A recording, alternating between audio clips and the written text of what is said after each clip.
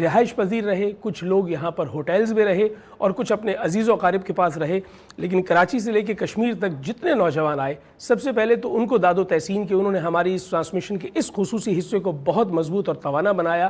لیکن آج 3 نوجوانوں کو فاتح قرار دیا جائے گا، پہلے، دوسرے اور تیسرے نمبر پہ، اور ان کے لیے بیش قیمت انعامات بھی ہیں جو ان کو دیے جائیں گے۔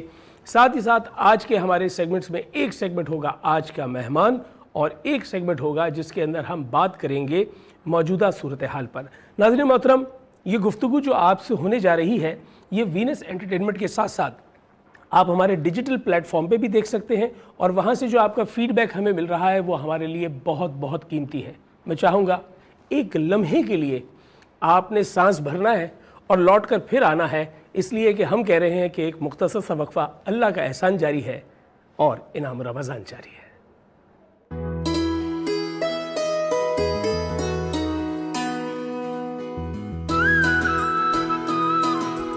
نعمتیں، برکتیں اور رحمتیں، ماہ انعام آ گیا، رمضان آ گیا، اللہ کا احسان، انعام رمضان، انعام رمضان، انعام رمضان۔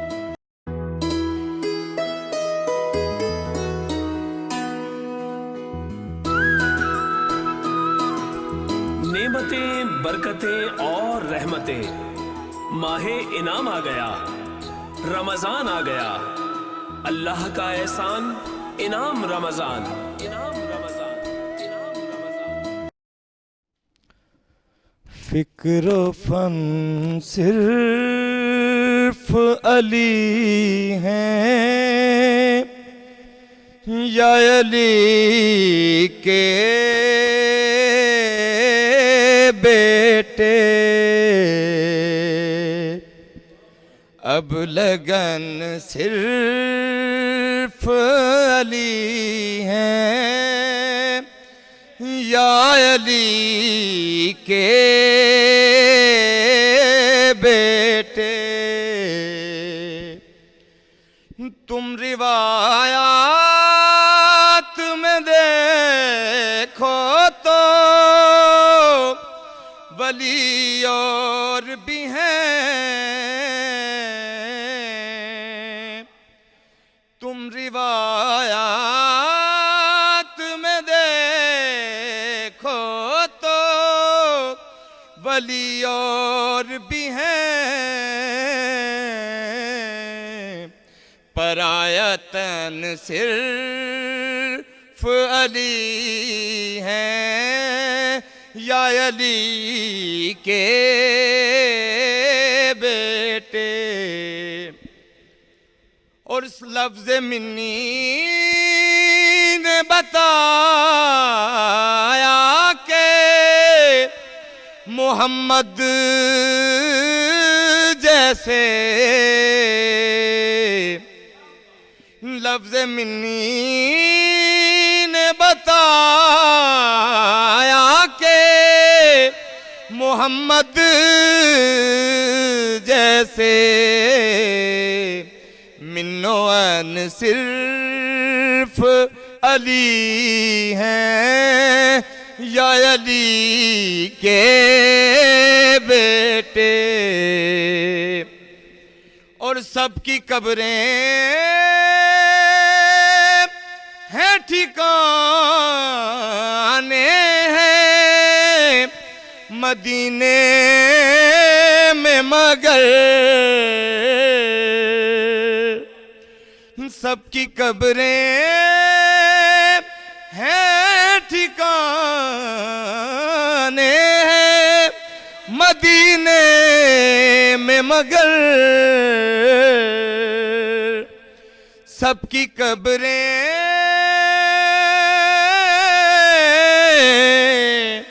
سب کی قبریں ہیں ٹھکانے مدینے میں، مگر بے وطن صرف علی ہیں یا علی کے بیٹے، بت بنانے میں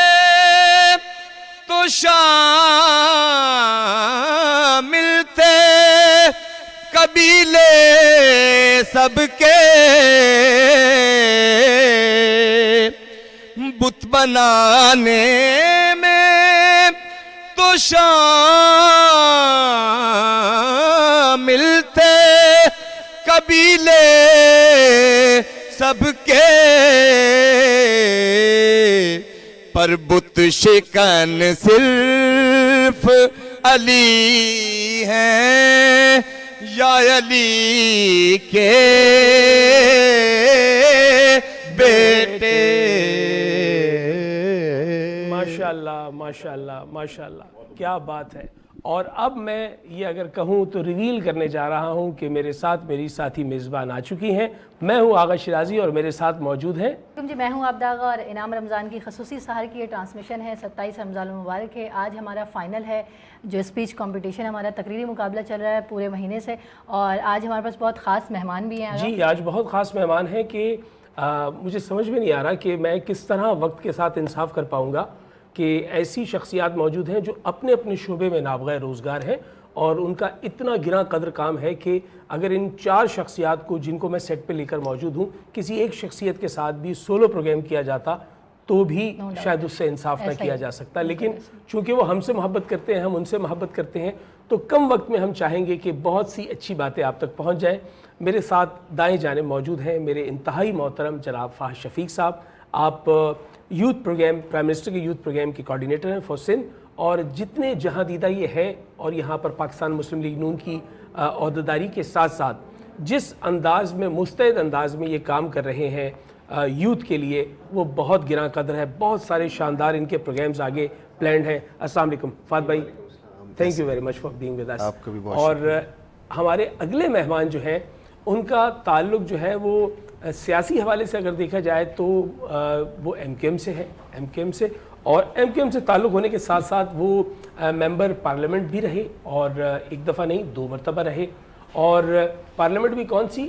آزاد کشمیر کی پارلیمنٹ، اور وہاں پر ممبر بننے کے بعد نہ صرف ممبر کی حیثیت سے بلکہ ایک دفعہ منسٹر کی حیثیت سے، minister for youth culture and sports, اور ایک دفعہ ڈپٹی اسپیکر کی حیثیت سے انہوں نے کام کیا، اور بہت ہی نفیس اور ڈاؤن ٹو ارتھ آدمی ہمارے ساتھ موجود ہے جناب سلیم بٹ صاحب۔ السلام علیکم جی۔ بہت شکریہ بٹ صاحب، بہت بہت شکریہ آپ کا، آپ ہمارے ساتھ موجود ہیں۔ اور ہمارے بائیں جانب جو اگلی شخصیت ہیں ان کا میں نام بتاؤں گا اور پھر آپ ان کو پہچان جائیں گے، اس لیے کہ ڈاکٹر صابر ابو مریم سے کوئی ناواقف نہیں ہے۔ جو اہل دل ہے، پاکستان میں رہتا ہے، فلسطین کے لیے اس کے دل میں سے کبھی ایک دھڑکن بھی آئی ہے تو وہ جانتا ہے کہ فلسطین کے حوالے سے توانا آواز فلسطین فاؤنڈیشن پاکستان کی ہے، جس کے سیکرٹری کی ذمہ داریاں انجام دے رہے ہیں۔ ڈاکٹر صاحب، آپ کا بہت شکریہ۔ بہت شکریہ جی، آپ کا بہت شکریہ۔ اور اس کے بعد ہمارے اگلے مہمان جو ہمارے ساتھ موجود ہیں وہ سیدین رضا صاحب ہیں۔ ہم انہیں خوش آمدید کہتے ہیں۔ آپ نے 1 سے زائد اہم عہدوں پر جو ہے وہ ذمہ داریاں انجام دی ہیں۔ آپ چیف کمشنر رہے FBR کے، اس کے سوا آپ KPT کے چیئرمین کی حیثیت سے آپ نے وہ کام کیے جو ہم توقع نہیں کر رہے تھے کہ آپ نے کلچر کی ایکٹیویٹی کی، آپ نے مشاعرے کروائے، آپ نے سپورٹس ایکٹیویٹیز کروائی، اور KPT کے آفس کے دروازے اس طرح کھلے کراچی کے شہریوں کے لیے کہ وہ ایک مثال بن گئے۔ بلکہ میں اکثر یہ کہتا ہوں کہ اس کے بعد آنے والے، سبکدوش ہونے کے بعد آنے والے عہدیدار کے لیے مشکل ہو جاتا ہے کہ اگر کوئی پہلے بہت سا کام کر کے چلا جائے۔ تو سیدین صاحب، آپ کو بہت شکریہ، آپ ہمارے ساتھ موجود ہیں۔ اور ناظرین محترم، گفتگو کا آغاز کریں گے۔ آج یوم پاکستان ہے جی۔ اب پاکستان جو ہے وہ 14 اگست کو مارز وجود میں آتا ہے سال 1947 میں، لیکن اگر اسلامی تاریخ کے اعتبار سے دیکھا جائے تو ایک کیلنڈر ہے جس میں آپ آج کے دن سے 100 سال پیچھے جا کر بھی دیکھ سکتے ہیں کہ کون سا دن تھا ہجری کے اعتبار سے۔ تو دن بنتا ہے یہ جس رات میں ہم موجود ہیں، یعنی 27 کی رات۔ تو میں ایک بنیادی طور پر نوجوان نمائندہ کی حیثیت سے، میں یہاں سیاسی حوالہ نہیں فہد بھائی، ایک نوجوان نمائندے کی حیثیت سے آپ یہ کہیں، کیا ہمارا یہ سفر بہت شاندار تھا یا ہماری کوئی کوتاہی ہے؟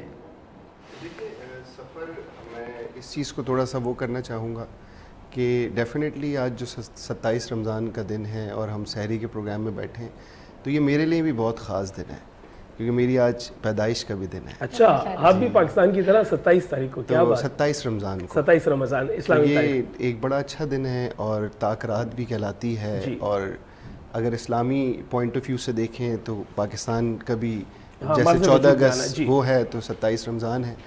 اور مختلف چیزیں ہیں. دیکھیں ڈیفینیٹلی رمضان کا جو بابرکت مہینہ ہے اس کا ہر دن بہت بابرکت ہے. بلا شبہ. ویسے تو ہر سال کا ہر دن بہت بابرکت ہے, لیکن رمضان اللہ تعالیٰ کی طرف سے ایک تحفہ ہے, بے شک. اور جو کہ وہ ہمیں ملتا ہے, اور اس میں ہم بھرپور عبادت کرتے ہیں, جی. اور مسجدیں رونق میں تبدیل ہو جاتی ہیں, گھروں میں ایک بڑا زبردست ماحول بن جاتا ہے. تو اس سچویشن کو لیتے ہوئے ہم اس میں رمضان کے بابرکت مہینے اور آج کے دن کے مناسبت سے یہ دعا بھی کرتے ہیں کہ اللہ پاک ہمارے پاکستان کو مستحکم کرے. فاض بھائی دعا کر رہے ہیں, لیکن جو پچھلا سفر ہے وہ شاندار ہے. آپ بحثیت نوجوان بتائیں. دیکھیں 1947 سے؟ ہم 47 سے. میں آپ کو ایک بات بتاؤں کہ انسان کے اندر کوشش کرنے کی جستجو ہونی چاہیے. ٹھیک ہے. دیر از اے ول, دیر از اے وے. بلا شبہ.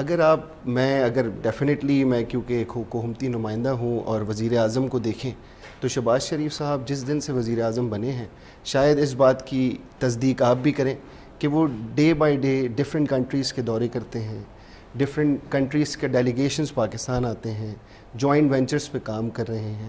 اگر ہم بات کریں, کیونکہ ہمارے یہاں نا ایک سینیریو ہے کہ آئی ایم ایف, تو پچھلے دنوں اگر آپ دیکھیں تو میں نہیں بول رہا, یہ آئی ایم ایف کے نمائندے ہیں جنہوں نے بی بی سی کو یہ انٹرویو دیا ہے کہ جس اسٹریٹجی کے اوپر پاکستان کی گورنمنٹ کام کر رہی ہے اور وزیر اعظم کام کر رہے ہیں, ان کی کیبنٹ کام کر رہی ہے, تو مجھے نہیں لگتا کہ اگلی دفعہ آئی ایم ایف کے پاس آنا پڑے گا پاکستان کو. یہ بہت بڑا جس کی دیکھیں جس کی مثال بھی ملتی ہے کہ پچھلے دنوں اگر سعودی عرب سے ایک بزنس کمیونٹی کا ڈیلیگیشن آیا اور اس نے آ کے یہاں پہ ہماری ڈفرینٹ منسٹریز کے ساتھ جوائنٹ وینچرز کیے, اور ان کے اب ریپرکشنز بھی نظر آنا شروع ہو گئے ہیں, ارامکو کے پمپس کھلنا شروع ہو گئے ہیں, اور مختلف سچویشنز کے اندر چیزیں بہتر ہوتی جا رہی ہیں. تو ہوپ فار دی بیسٹ.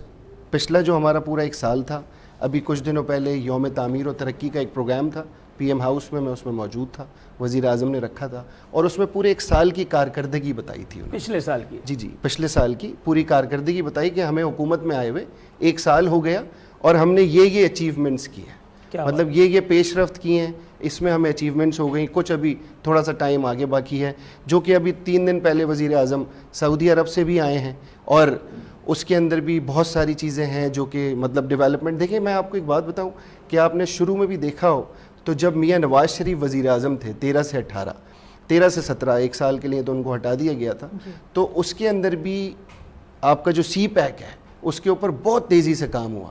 میں اس چیز کا گواہ ہوں کہ ہمیں اپنے کراچی کے جو ڈیفینس کلفٹن کے ادارے, وہاں پہ یوزلی مارکیٹس کے اندر, گلی محلوں کے اندر چائنیز گھومتے پھرتے نظر آتے تھے, کیونکہ اتنی تیزی سے کام ہو رہا تھا. اور سی پیک ہمارے ہاں گیم چینجر ہے, یہ سب ہم سب جانتے ہیں. پھر اس کے بعد جب گورنمنٹ چینج ہوتی ہے تو وہ اپنی پالیسیز لے کے آتی ہے, اپنی اسٹریٹجیز لے کے آتی ہے. انہوں نے کیا کیا, میں یہاں بیٹھ کے کسی کی مخالفت تو نہیں کروں گا, لیکن پھر ہم آئے اور ابھی چائنا کے ساتھ ہمارا کوارڈینیشن بہت اچھا ہے, یو اے ای کے ساتھ بہت اچھا ہے, سعودیہ کے ساتھ بہت اچھا ہے, قطر کے ساتھ بہت اچھا ہے, اور ڈفرینٹ ممالک جو کہ آپ نے دیکھا کہ اس دفعہ کانفرنس بھی ہمارے پاکستان میں ہوئی. ساری چیزیں پاکستان کے لیے ہیں, لیکن لاہور اور پنجاب میں زیادہ فوکس ہے. کراچی کی یوتھ کے لیے کیا ہے؟ دیکھیں میں آپ کو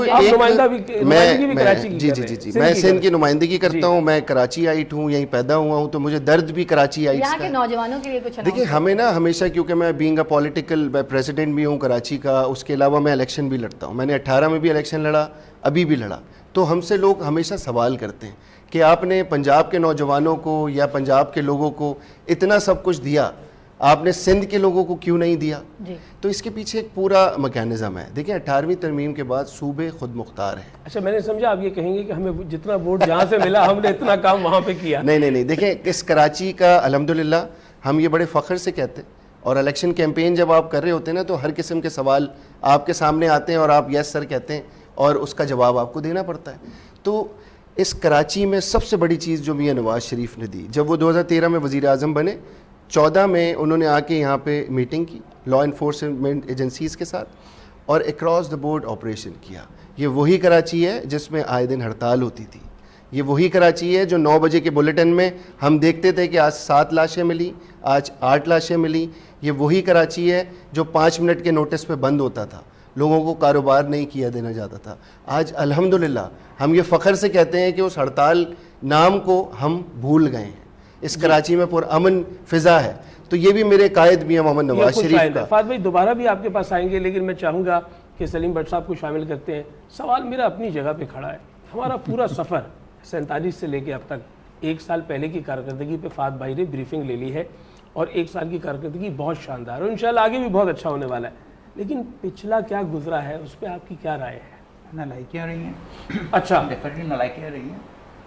یہ ہندوستان نے بھی وہی سفر ہمارے ساتھ سٹارٹ کیا، جی، چائنا نے ہمارے بات کیا، وہ ہم سے بہت آگے ہیں. دبئی نے ہم سے بات کیا، وہ ہم سے بہت آگے ہیں گے.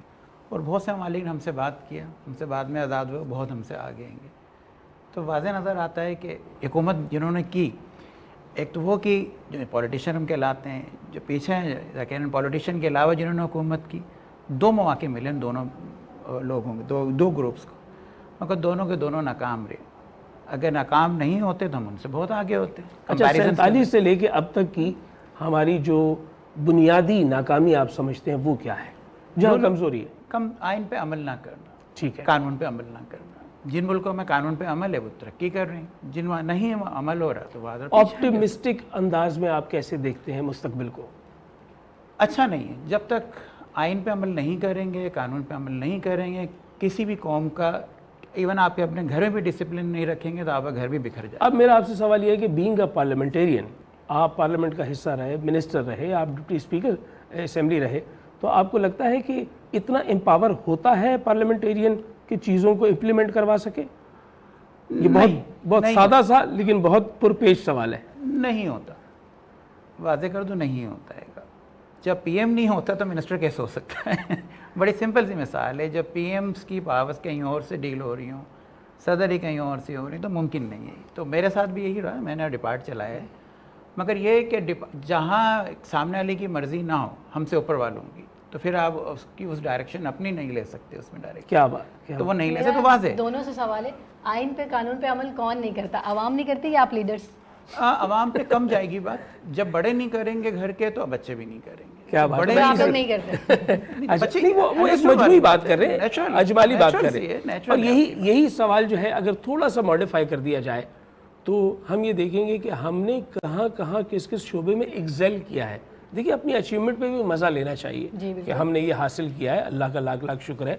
تو میں چاہوں گا کہ سیدین رضا صاحب آپ کی جانب آؤں، تو وہ کیا چیز ہے جو ہمیں موٹیویٹ کر سکتی ہے کہ پاکستان نے یہ اچیو کیا ہے، ہم یہاں تھے، ہم یہاں تک آئے، ہمارا یہ سفر ہے، تاکہ کوئی ایک میسیج ایسا آپٹیمسٹک بھی تو جائے. جناب دیکھیے، یہ عموماً ہمارا ایک عادت بن گئی ہے کہ ہم جب بھی گفتگو کرتے ہیں ملکی حالات پہ تو مایوسی کا تاثر پیدا کرنے کی کوشش کرتے ہیں. ٹھیک ہے، آئیڈیل حالات تو نہیں ہیں، لیکن اگر آپ کمپیئر کریں، آپ نے گفتگو کے آغاز میں کہا کہ پچھلے 70 سالوں میں یا 77 سالوں کا سفر ہے، تو ایسا رائے گانی کا سفر تو نہیں ہے یہ. واہ. اب جب آپ کو یاد ہوگا جب پاکستان ہمارے وجود میں آیا تو نہرو نے، ہندوستان نے ہمیں جو ہمارا شیئر تھا فائنینسز کا دینے سے انکار کر دیا. جی. تو اس وقت جو ہمارے یہ حبیب گروپ کے لوگ جی، اور جو پاکستان کے جو اس وقت معروف صنعت کار خاندان تھے، انہوں نے گورنمنٹ آف پاکستان کو لون دیا تاکہ کاروبار میں مملکت کو چلایا جا سکے. دفتر نہیں تھے یہاں پہ، رہائش گاہیں نہیں تھیں، ایون دفتروں میں کام کرنے کے لیے کاغذ نہیں تھے، اور وہ کہتے ہیں کہ کیکر اور ببول کے کانٹوں سے آئل پن کا کام لیا جا رہا تھا. وہ آئل پن کا کام لیا جا رہا تھا، پن کا کام لیا جاتا تھا. ہمارے پاس ٹرینڈ لوگ نہیں تھے، لیکن ہمارے پاس، اور یہی کہتے تھے اس وقت جو کانگریس کے لوگ کہ پاکستان تو بس چند مہینوں کی بات ہے، یہ سروائیو کر ہی نہیں سکتا کیونکہ اس کے معاشی حالات یہ کولیپس کر جائے گا، لیکویڈیٹ کر جائے گا. لیکن آپ دیکھیں پورا سروائیو کیا. اس وقت ہمارے پاس یہ ایگریرین اکانومی تھی، اسی کے لیے یہ خاص جی ہاں بالکل پیورلی چند کارخانے تھے، اور آج ہزاروں کارخانے. ایون کراچی میں آپ دیکھ لیں، ہم اب دوسری تو بات کہیں اور نہیں جاتے، 4-5 انڈسٹریل اسٹیٹس کراچی کے اندر ہی ہیں. بالکل سائٹ ہے، کورنگی ہے، اورنگی ہے، نیو کراچی ہے، نیو کراچی ہے، فیڈرل بھی ایریا ہے، یعنی اور وہ بھی اتنی بڑی کہ آپ گھومتے رہیں. جی پورے شہر میں پھیلی ہوئی ہیں. اس کے بعد نوری آباد. پھر اگر آپ پنجاب کی طرف چلے جائیں تو پورے انڈسٹریل سٹیز ہیں، فیصل آباد، گوجرانوالا، سیالکوٹ، لاہور، قصور، چونیاں. تو یہ ہزاروں کارخانے ہیں. یہ کیا یہ ترقی نہیں؟ اور اس کے بعد آپ کتنی یونیورسٹیاں تھیں؟ 4. جی جب پاکستان بنا تو دونوں ایسٹ اور ویسٹ پاکستان کو ملا کے 4 یونیورسٹی تھیں اور اب سینکڑوں یونیورسٹیز. خالی میڈیکل کالج اس زمانے میں شاید 2 تھے یا 1 تھا, اور آج 150 میڈیکل اینڈ ڈینٹل کالجز ہیں پاکستان میں. اس وقت لٹریسی ریٹ کیا تھا اور آج دیکھ لیجئے. ٹی وی نہیں تھا, اور آج اگر آپ سے میں پوچھوں کہ چینلز کتنے ہیں تو آپ کو ہی نہیں شاید پتا. مجھے بھی ایکچولی فگر نہ معلوم تو آپ یہ دیکھیں گروتھ تو کتنی ہے ساتھ ساتھ, اور یہ اویئرنیس ہے تو ہمیں دکھ ہوتا ہے. ہم کمپیئر کرتے ہیں, اگر اویئرنیس نہ ہوتی تو شاید دکھ بھی نہ ہوتا. یہ اویئرنیس ہے, ہمیں پتہ ہے جملہ کہ چائنا کہاں ہے, یو اے ای کہاں ہے, انڈیا کہاں ہے, اور اب آپ بھی سارے اس کے باوجود سارے جو بھی کچھ ہے کہ ہمارے معاشی حالات یا in even distribution of wealth ہے, اس کے باوجود بھی آج بھی کوئی بھوکا نہیں سوتا اس ملک میں. کیا کسی کو آپ کو کوئی اگر انڈیا یا بنگلہ دیش جائیں یا افریقہ میں آپ دیکھیں تو لوگوں کے پاؤں میں جوتے نہیں ہیں, چیتڑے پہنے میں لوگوں نے, فٹ پاتھوں پہ لوگ سوتے ہیں. تو ہمارے یہاں تو اللہ کا شکر ہے کہ میں تو کبھی آپ کو رمضان میں ظاہر ہے آپ نکلتے ہی ہوں گے, تو ہر جگہ پہ افطاری کا اتنا انتظام ہے اور عالی شان انتظام ہے. کیا بات, لوگوں روک کے افطاری دی جا رہی ہے, راشن کی تقسیم ہو رہی ہے, یعنی ایک ویلفیئر کا اتنا بڑا نیٹ ورک اس ملک میں قائم ہے. پہلے میں جو پنجاب سے ہوں, میں دیہاتی علاقوں میں چھوٹے شہروں میں رہا, تو یہ پکی سڑک نہیں ہوا کرتی تھی, میٹل روڈ جسے بولتے ہیں, سولنگ ہوتی تھی ریڈ کلر کی اینٹوں کی. اور پھر وہ جب کسی گاؤں میں یا کسی وہ میٹل روڈ بنائی جاتی تھی تو اس کا بڑا جشن منایا جاتا تھا کہ فلاں علاقہ بڑا ترقی پکی سڑک بن گئی ہے جی. پھر اس کے بعد ڈبل روڈ, اور اب تو ماشاءاللہ موٹر ویز سے ہم لنکڈ ہیں.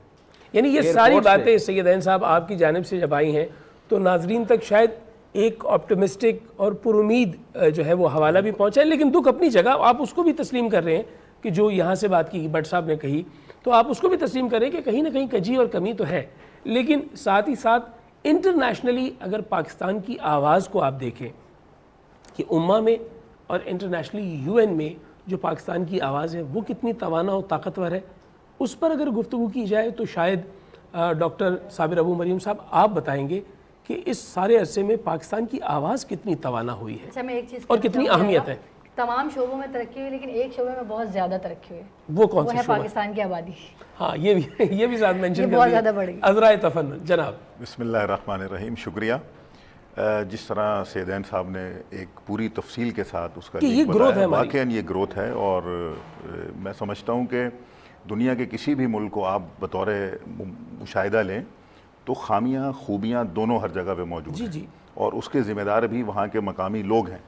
یہ تو نہیں ہے کہ باہر سے کوئی خامیاں ہمیں دے کر گیا ہے اور یا پھر آپ کہیں گے جی زمین کا قصور ہے, اس پہاڑ کا قصور ہے. بالکل, باہر سے کوئی خوبیاں لے کر آئے, نہیں, خوبیاں بھی ہم نے پیدا کی ہیں, خامیوں کے پیدا کرنے والے بھی ہم ہیں.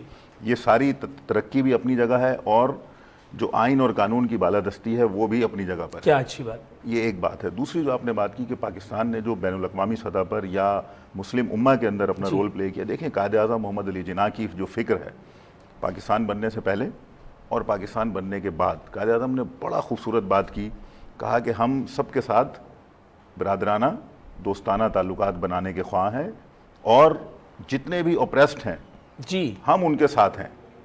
اور آج تک پاکستان اس کے اوپر قائم ہے, چاہے فلسطین کی بات کریں, کشمیر کی بات کریں, یا دنیا میں کہیں ظلم ہوتا ہے. میں اکثر ظلم ہو رہا ہے, میں یونیورسٹی میں جب پڑھاتا ہوں, اسٹوڈنٹس کو لیکچر دیتا ہوں, میں اکثر ان کو کہتا ہوں, میں کہتا ہوں دیکھیں دنیا کا کوئی ملک دکھائیں جہاں کا باشندہ جو ہے وہ کسی جگہ پہ ظلم ہو رہا ہو اور وہ اس کے لیے بول رہا ہو. ہاں دکھا دیں. یہ پاکستان کی انفرادیت ہے, یہ پاکستان منفرد ملک ہے. یہاں کے لوگ منفرد ہیں, یہاں کا مسلمان, سچ کہا ہے آپ نے, یہاں کا مسلمان دنیا کے مسلمانوں سے اوپر ہے. یہ اپنی قربانی دے سکتا ہے اور دوسروں کے لیے کھڑا ہو جاتا ہے. تو یہ خدا کی طرف سے یہ نعمت ہے. تو ہم ان نعمتوں کو گنوائیں نہیں. جو ہم کہنا چاہتے ہیں, یعنی جو بات ہے کہ ہم سب کی یہ ذمہ داری ہے جس فیلڈ میں بھی ہیں, امید افزا ماحول پیدا کریں, لوگوں کو امید کی طرف لے جائیں. کیونکہ میں آپ کو عرض کروں, ہمارا جو دشمن ہے, جو استعماری طاقتیں ہیں, کالونیل پاورز ہیں, انہوں نے جب ہمارے اوپر حکومت کی تو انہوں نے صدیوں اس کے اوپر محنت کی کہ وہ ہماری نسلوں کو, آنے والی وہ نسلوں کو کیا کریں, مایوس, سست اور کاہل بنائیں اور خوفزدہ بنائیں. اب ہمیں کیا کرنا چاہیے, ہمیں اس فینومینا کا مقابلہ کرنا چاہیے. ہمیں مایوسی کو توڑنا چاہیے, خوف کو توڑنا چاہیے, سستی اور کاہلی کو توڑنا چاہیے. ہمیں آگے بڑھ کر ذمہ داریوں کو اپنے کاندھے پہ لینے والا ہونا چاہیے.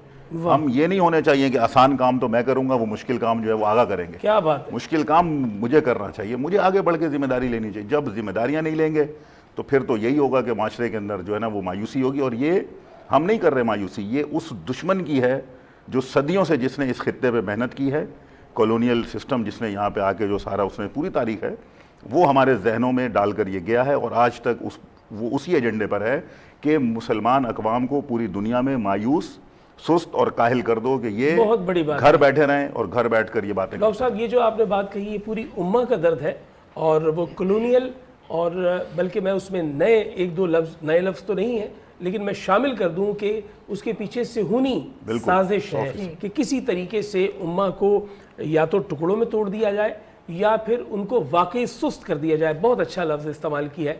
لیکن کوئی ایک ایسا حوالہ ہوتا ہے جس پہ پوری امہ اکٹھی ہو سکتی ہے. وہ ایسے ہو سکتی ہے کہ اللہ کے نام پہ اکٹھی ہو سکتی ہے، اللہ کے رسول کے نام پہ اکٹھی ہو سکتی ہے. تو عشق محمد مصطفیٰ صلی اللہ علیہ وآلہ وسلم کا اظہاریہ ہمارے ساتھ موجود ہے آفاق بشیر قادری صاحب. میں چاہوں گا آپ کی آواز بلند ہو، اور اس وقت آپ نماز عشق ادا کر رہے ہیں، آپ امام ہیں، ہماری سماعتیں آپ کی مقتدی ہیں. بسم اللہ. السلام علیکم. صلی علی نبینا صلی علی محمد. زمان تمہارے لیے بنے دو جہاں تمہارے لیے، چنی نو چنا تمہارے لیے بنے دو جہاں تمہارے لیے. دہن میں زبان تمہارے لیے، بدن میں ہے جان تمہارے لیے. دہن میں زبان تمہارے لیے، بدن میں ہے جان تمہارے لیے.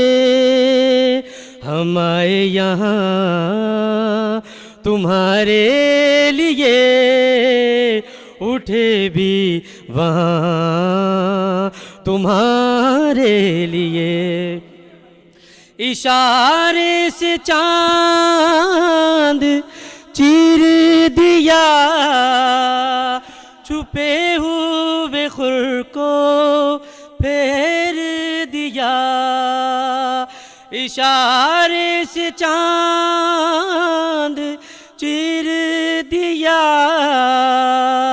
چھپے ہوئے خور کو پھیر دیا. گئے ہوئے دن کو عصر کیا، یہ تاب و تواں تمہارے لیے. گئے ہوئے دن کو عصر کیا، یہ تاب و تواں تمہارے لیے. صبا وہ چلے کہ باغ پھلے، وہ پھول کھلے کہ دن ہو بھلے. لیوا کے تلے ثنا میں کھلے،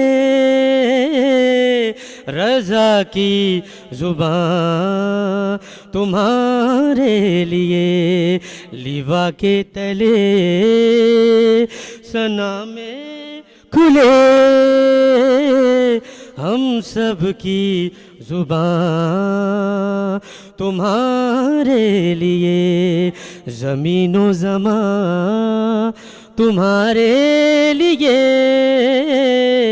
مکین و مکان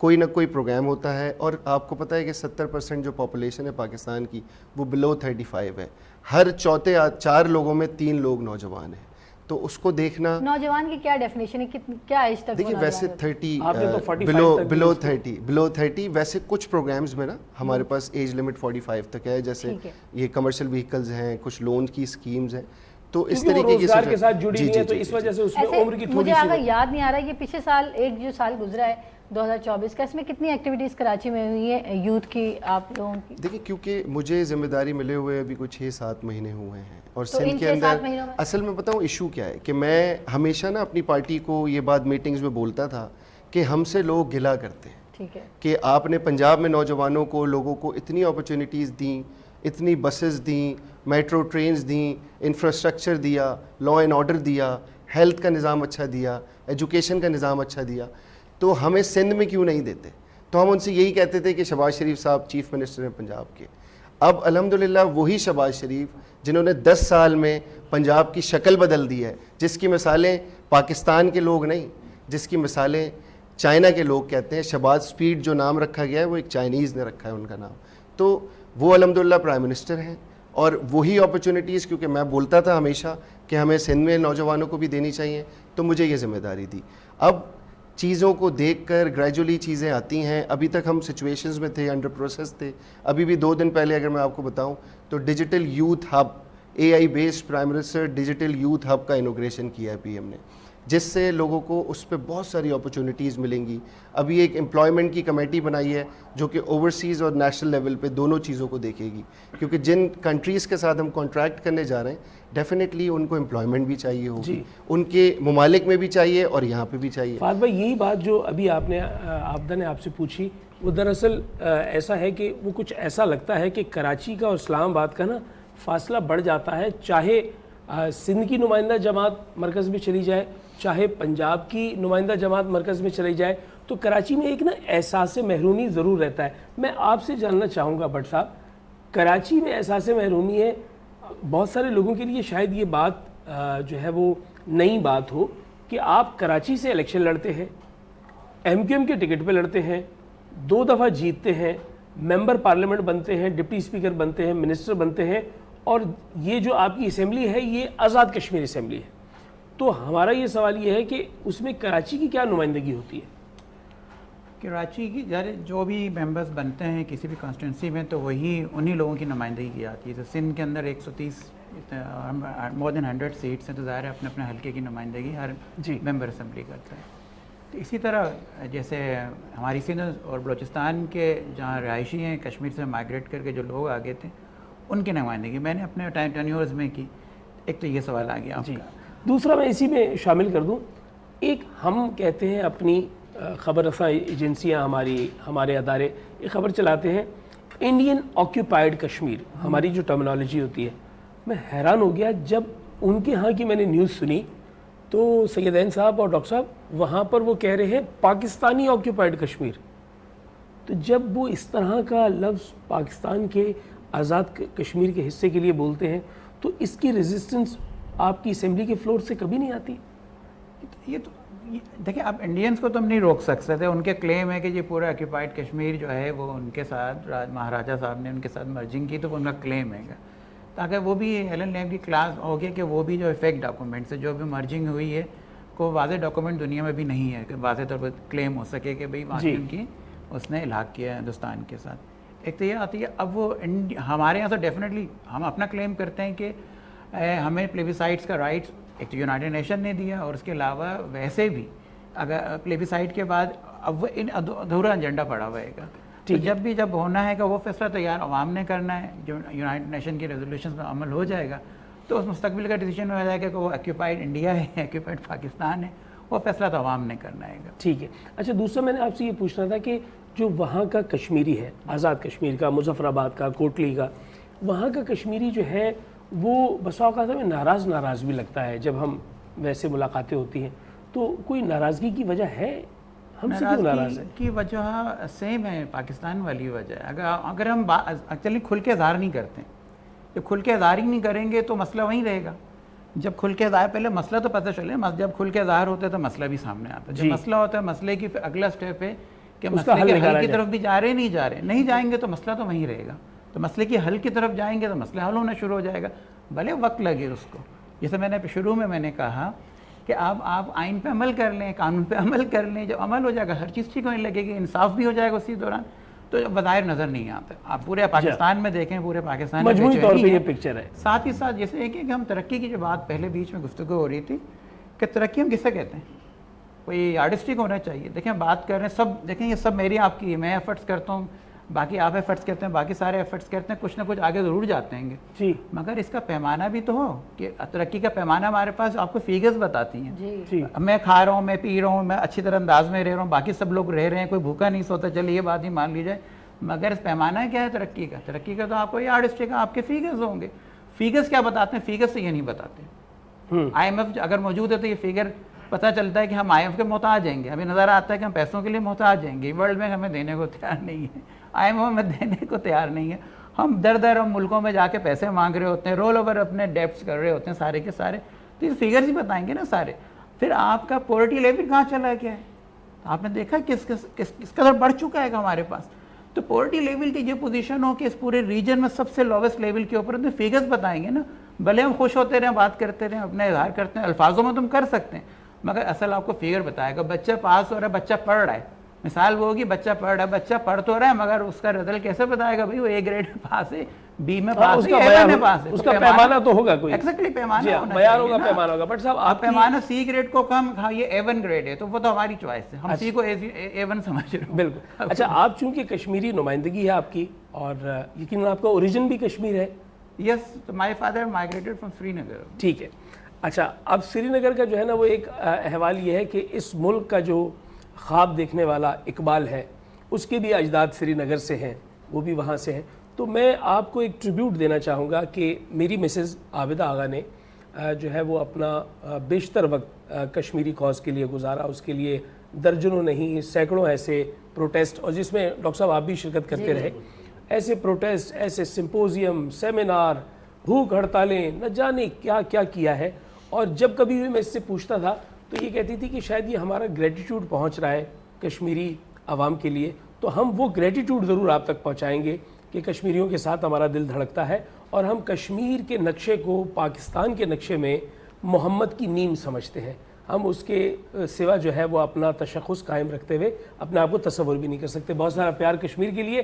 اور اب ہم بڑھتے ہیں اس اسپیشل 5-7 منٹ کے سیگمنٹ کے لیے جس میں عابدہ بات کریں گی آج یوم القدس کے حوالے سے, اور ہمارے مہمان ہمارے ساتھ ڈاکٹر صابر ابو مریم موجود ہیں. صابر بھائی ہمارے ساتھ موجود ہیں. ڈاکٹر صاحب, میں یہ جاننا چاہوں گی کہ فلسطین فاؤنڈیشن پاکستان کا بھی کیا کام چل رہا ہے اور کون سی ایکٹیویٹیز ہیں جو ابھی آنے والی ہیں, اور پچھلی کیا ایکٹیویٹیز میں آپ کو کیا کیا پرابلمز ہوئی ہیں؟ دیکھیے, جو رمضان المبارک کے آغاز سے ہی پورے ملک میں کانفرنسز, سیمینارز, مظاہرے, یونیورسٹیز کے اندر لیکچرز, مسلسل یہ سلسلہ چل رہا ہے. اور آپ ہی کی طرح کے جو مختلف ٹی وی چینلز ہیں وہاں پر بھی بات چیت کا سلسلہ جاری ہے. اور اس سے ایک یہ ہے کہ اویئرنیس بڑھ رہی ہے الحمدللہ. اور فلسطین فاؤنڈیشن نے پورے ملک میں کیمپین چلائی تھی جس کو ٹائٹل دیا تھا کہ ماہ رمضان ماہ فلسطین ہے, کہ خاص طور پہ جو صورتحال ہے اس وقت پچھلے 16 مہینوں میں وہ غزہ کی جو جینوسائیڈ کی جا رہی تھی اور وہاں پہ ایک جنگ مسلط کی گئی تھی, اس کے تناظر میں کہ لوگوں کے اندر یہ جذبہ بیدار کیا جائے کہ رمضان المبارک کے اندر اپنے ساتھ اس کو فلسطین کے معاملے کو بھی جو ہے وہ یاد رکھا جائے. آج کیونکہ جمعۃ الوداع ہے, یوم القدس ہے, اور ہم سب کو ہی پتہ ہے, پوری دنیا یہ جانتی ہے کہ یہ دن اس وجہ سے اپنی اہمیت اختیار کر گیا ہے کیونکہ اس کو جو قرار دیا گیا تھا, جو اس کے فاؤنڈر ہیں, جو اس کے بانی ہیں, وہ ایران کے سپریم لیڈر تھے جو حضرت امام خمینی رحمۃ اللہ علیہ, جنہوں نے ایران میں امریکی اور اسرائیلی حکومتوں کو جو ان کا گٹھ جوڑ تھا اس کا وہاں خاتمہ کرنے کے بعد جب انقلاب کو کامیاب کیا تو اس وقت انہوں نے اس چیز کا اعلان کیا کہ اس چیز کے اعلان کا مقصد یہ تھا کہ پوری دنیا کے لوگ کم از کم یہ مسلمان ایک دن تو متحد ہو کر فلسطین کے مظلوموں کے لیے بات کریں, قبلہ اول کی بازیابی کی بات کریں. اور الحمدللہ آج ہم یہ دیکھ رہے ہیں کہ فلسطین کے اندر, یعنی مقبوضہ فلسطین کے اندر, چاہے ویسٹ بینک ہو چاہے غازہ ہو, وہاں پر فلسطینی اس دن کو یوم القدس مناتے ہیں. فلسطین کے باہر امریکہ میں, یورپ میں, پوری دنیا کے اندر, ایشیا میں, افریقہ میں, ہر جگہ کے اوپر یہ دن یوم القدس کی مناسبت سے منایا جاتا ہے. اور اب تو غیر مسلم بھی اس میں آ گئے ہیں.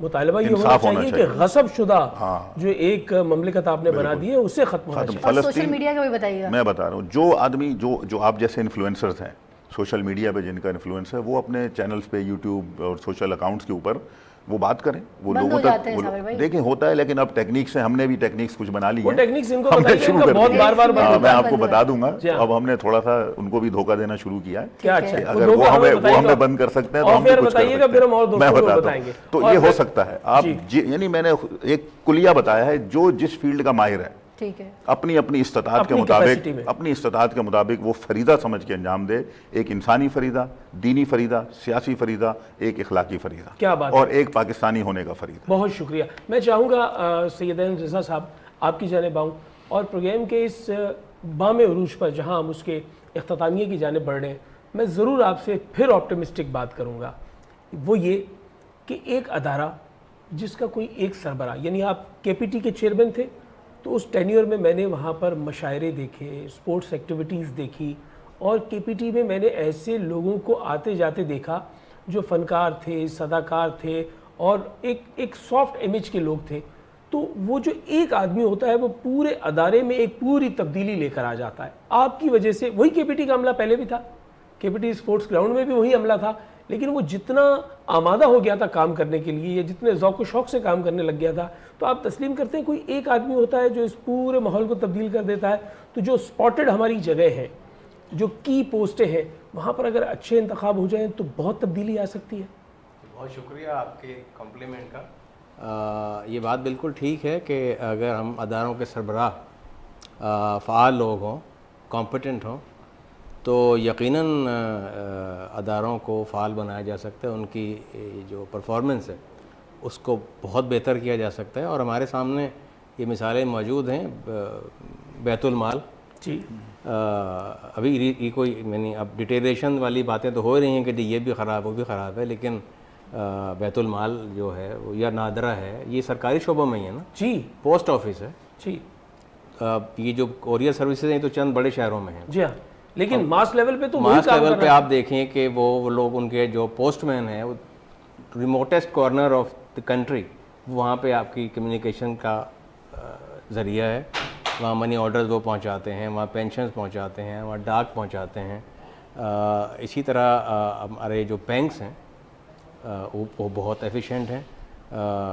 پی آئی اے کی مثال آج تو خیر وہ لیکن پی آئی اے کو ریز کیا، نور خان صاحب کی مثال دی جاتی ہے، ایئر مارشل نور خان، ایئر مارشل نور خان صاحب کی مثال دی جاتی ہے کہ کس طرح سے انہوں نے اس ایئر لائن کو یعنی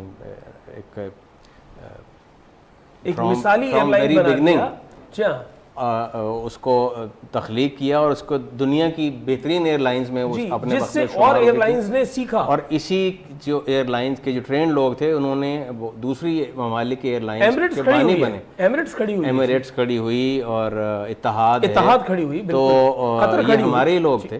وابڈا جو ہے ہمارے لوگوں نے، وابڈا جب بنا تو جب یہ سندھ طاس کا ایگریمنٹ ہوا، انڈس بیسن ٹریٹی ہوا، تو 2 دریا ہمارے، 3 دریا ہمیں ملے، 2 انڈیا کو ملے۔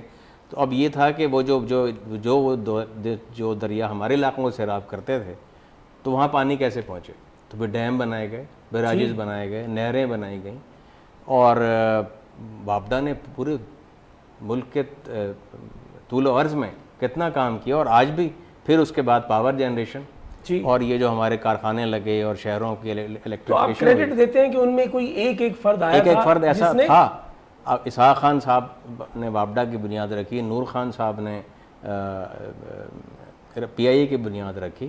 تو اسی طرح لوگ آئے اور انہوں نے اداروں کو چلایا۔ ایسا بھی ہوا کہ جب بگاڑ پیدا ہوا تو کوئی نہ کوئی آیا، اس نے اس کو ادارے کو بگاڑ کا سبب بھی بنا۔ مثلاً ریلوے میں بہت سارے مسائل ہیں، لیکن جب 13 سے 18 تک جو ریلوے کے منسٹر تھے سعد رفیق صاحب، تو آپ دیکھیے کہ اس دور میں وہی ریلوے تھا، وہ ایک آدمی تھا، اس نے پورا اسی نے اس کو ٹرن اراؤنڈ کر دیا۔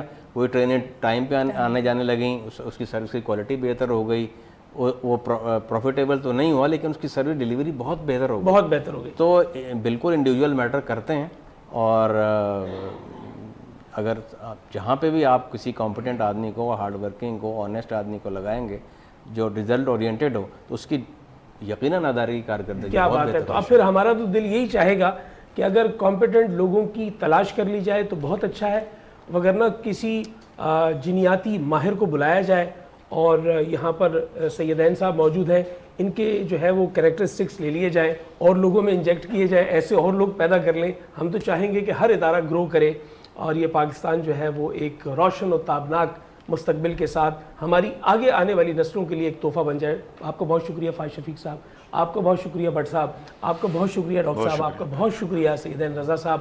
اور یہاں پر مرحلہ آ گیا ہے ایک وقفے کا, اور وقفے کے بعد جب لوٹ کر آئیں گے تو اللہ کا احسان جاری ہے, انعام رمضان جاری ہے.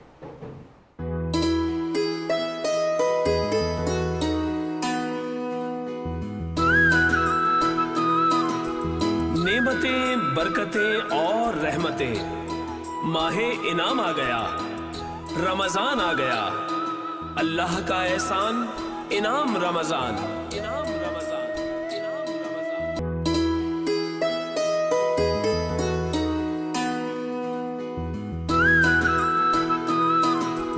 نعمتیں, برکتیں اور رحمتیں, ماہ انعام آ گیا, رمضان آ گیا, اللہ کا احسان, انعام رمضان, انعام رمضان, انعام رمضان. ویلکم بیک جی. انعام رمضان نشریات جاری ہے اور اب جو سیگمنٹ ہے اس میں آپ نے اپنی دلوں کی دھڑکن کو تھام لینا ہے, کیونکہ جس کا انتظار تھا وہ وقت آ چکا ہے. اور اب سیگمنٹ ہے تقریری مقابلے کا, یعنی کہ منظر نگاری, اور ججز ہمارے ساتھ موجود ہیں. صاحب صدر کی حیثیت سے فہد بھائی ہمارے ساتھ موجود ہیں. اور فہد بھائی آج آپ دیکھیے گا کتنا جوشیلا جو ہے وہ مقابلہ ہونے والا ہے. یہ وہ بچے ہیں جو پورے مہینے سے ہمارے ساتھ ہیں, اور یہ پہلے یہ سیمی فائنل میں گئے ہیں, پھر کوارٹر فائنل سے سیمی فائنل میں آئے, اب یہ ان کا فائنل مقابلہ ہے. تو ہمارے ساتھ ججز موجود ہیں, شروع سے ہمارے ساتھ ہیں شہباز بھائی, شہباز ابراہیم اور طلع عالم. ان کو آپ نے ڈفرینٹ اسکرینس پہ بھی دیکھا ہوگا منصف کی حیثیت سے, اور آغا شیرازی صاحب جو کہ آج بچوں کی کرٹیکس میں بہت ساری غلطیاں نکالنے والے ہیں. تو ہم مقابلے کا آغاز کرتے ہیں آپ تمام لوگوں کی اجازت سے. جی پروفیشنلی بتا دیجئے کہ یہ تینوں کا پروفیشن کیا ہے. I am N anchor, he is an engineer, اور اس کے بعد یہ ایڈوکیٹ ہے. دیکھیے ہر شعبے میں بولنے کی مطلب صلاحیت چاہیے ہوتی ہے, تو جو اچھا بولے گا وہ اپنے شعبے میں بھی آگے بڑھے گا. اور یہ پھر فلانتھراپسٹ بھی ہیں, اور یہ بہت سا فلاحی کام بھی کر رہے ہیں, اور یہ جو ہے وہ اپنا یہی علم اور بچوں کو بھی دے رہے ہیں, سکھا بھی رہے ہیں. تو میں چاہوں گا کہ یہ تعارف اس لیے بہت ضروری ہے کہ انہوں نے پورا سفر طے کیا ہے اسی تقریری منظرنامے کا, اور یہ دونوں بھی اور میں بھی, ہم جیسے بہت سارے لوگ یہ کریڈٹ دیتے ہیں کہ ہم اس نرسری سے آئے ہیں جس نرسری کو جج کرنے کے لیے آج ہم بیٹھے ہیں. جی تو آپ کی اجازت سے پہلے میں ٹاپک بتا دوں. آج کا جو ٹاپک ہے وہ ہے دلوں میں حب وطن ہے اگر تو ایک رہو. یہ ٹاپک ہے, اور ٹوٹل دورانیہ 2.5 منٹ کا ہے. 2 منٹ پہ پہلا بزر بجے گا, اور پھر 30 سیکنڈ بعد مطلب کہ 2.5 منٹ پہ دوسرا بزر بجے گا. اگر بزر کی آواز یہاں نہیں آئے گی آواز, تو ہمارے ججز کے پاس یا آغا کے پاس بتا دیا جائے گا ٹائم. ٹھیک ہے, تو پہلے جو ہے وہ اپنے مقررہ کو میں بلانا چاہوں گی, Musfirah Kashif, N D university Karachi. Musfirah Kashif. ایک مرتبہ پھر میں بتا دوں صاحب صدر کی اجازت سے کہ ہمارے پاس 3 کالم ہیں 10-10 نمبروں کے. ایک جو 10 نمبر ہے وہ مواد کے ہیں یعنی کانٹینٹ, ایک 10 نمبر جو ہے وہ ادائی کے ہیں یعنی ڈیلیوری کے, اور ایک 10 نمبر جو ہے وہ ہمارے پاس ہے جناب پروننسیشن یعنی کہ ڈکشن, آپ کا تلفظ. تو کل ملا کے 30 نمبر ہیں, اور 30 نمبروں میں سے ہم نمبر دیتے ہیں. آج 90 نمبروں میں سے انہوں نے کتنے نمبر سکور کرنے ہیں وہ ہوگا رزلٹ. جی بسم اللہ. خودداری کے چلتے پھرتے جنازوں سے کیا کلام کرنا. فرقہ تعصب گرو در گرو بٹی اس قوم سے جی اکتا چکا تھا. میں حسب معمول تخیل کے صدرہ پہ بیٹھی تفکر کے صحیفے ترتیب دے رہی تھی کہ اچانک ایک آواز کانوں میں گونجی, دلوں میں حب وطن ہے اگر تو ایک رہو. وطن سے محبت یعنی حب الوطنی کا تقاضا ہے کہ ہر شخص ایک رہے, لیکن علی وقار ہم تو فرقہ واریت کی گھٹا ٹوپ اندھیروں میں ایسے گم ہوئے کہ ہم سندھی, بلوچی, پنجابی تو ہیں مگر پاکستانی نہیں, کہ ایک ہونے کے بغیر تو حب الوطنی کا دعویٰ بھی دھوکا ہے. کہ جب کوریا نے قومی یکجہتی کو پس بش ڈال کر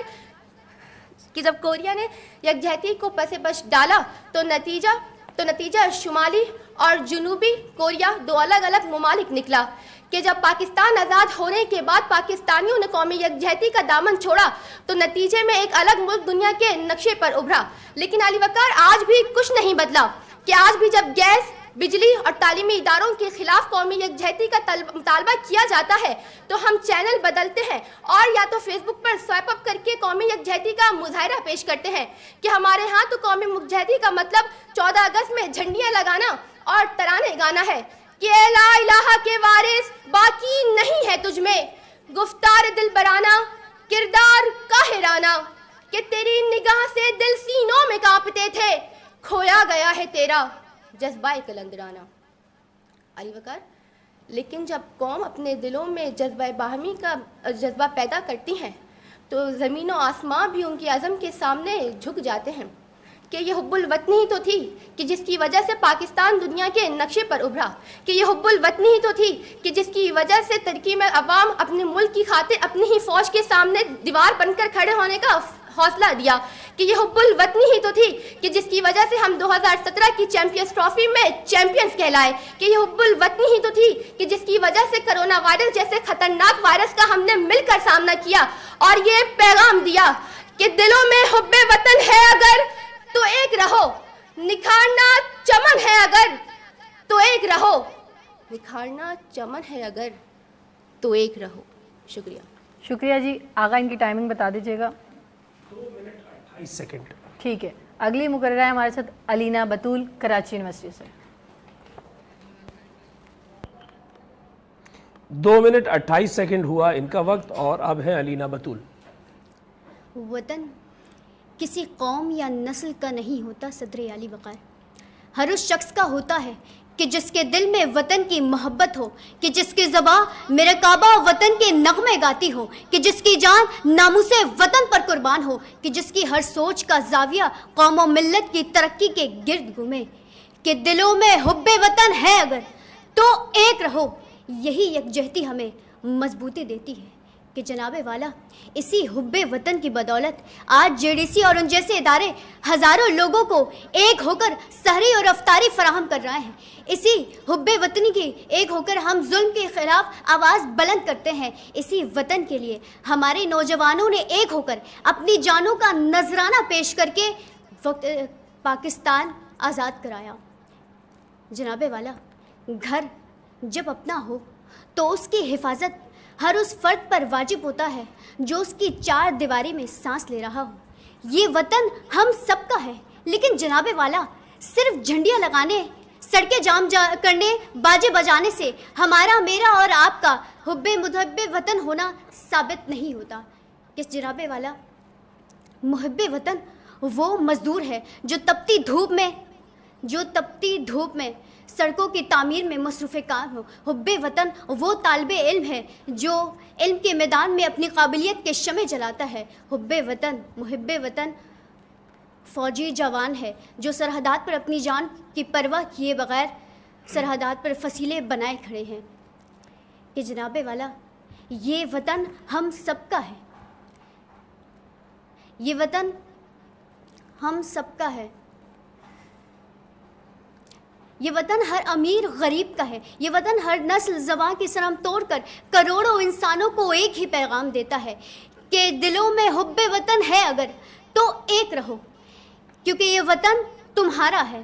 اس چمن کے پھولوں پر رنگ و آب تم سے ہے، اس زمین کا ہر ذرہ آفتاب تم سے ہے. یہ فضا تمہاری ہے، رہ گزر تمہارے ہیں، کہکشاں کے یہ جالے رہ گزر تمہارے ہیں. شکریہ جی. آغا ان کا دورانیہ بتا دیجیے گا. 2 منٹ 21 سیکنڈ. ٹھیک ہے. اگلے پارٹیسپینٹ ہمارے ساتھ ہیں ذوالقرنین عباسی، جامعۃ السعید. جی. اتحاد و اتفاق حب الوطنی کی راہوں میں ایسے چمکتے چراغ ہیں جن سے ہر محب وطن روشنی حاصل کرتا ہے جناب والا. لیکن اگر تعصب اور لسانیت کی تاریکیاں ان چراغوں پر غالب آ جائیں تو تخت و زر کی رنگینیوں کے نشے میں مست حب الوطنی کے نام نہاد دعوے دار وہ فساد برپا کرتے ہیں کہ انہیں شور سلاسل